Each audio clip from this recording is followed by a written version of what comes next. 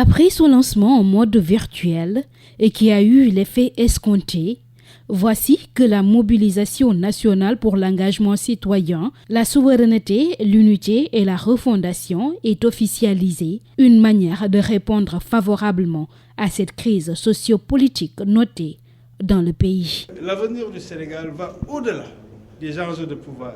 Il s'agit de construire une nation, d'avoir une république debout, en phase avec nos réalités sociétales.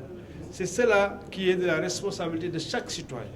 Donc ce que nous voulons, c'est rendre l'initiative du débat public aux citoyens, en organisant ce processus, en jetant l'espace pour que chacun se sente libre de s'exprimer, mais dans le sens du Sénégal que nous voulons tous avoir. Revenir sur les fondamentaux, c'est-à-dire sur qu'est-ce qu'on peut faire pour que nous, Sénégalais, nous nous sentions beaucoup fiers de ce que nous sommes, Sénégalais, mais que nous sentions également cette fierté d'appartenir à une nation qui a décidé ensemble de se construire, de construire le progrès économique et social durable et inclusif. Face à une impasse politique, il faut impérativement trouver des voies de sortie, tout le sens d'une refondation. Dans la démarche à adopter, beaucoup d'aspects seront pris en compte pour créer une vraie force républicaine. Que tout le monde se retrouve dans l'initiative, c'est de lancer une pétition. Et quand on dit pétition, il y a le texte d'appel de mesures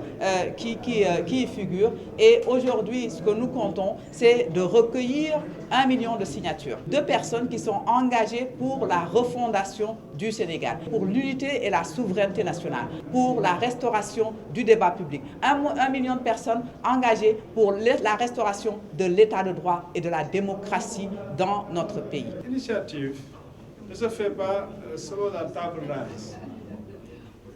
Cette initiative se fait et veut capitaliser l'essentiel des productions citoyennes, intellectuelles qui ont été faites dans ce pays, autant qu'on peut remonter.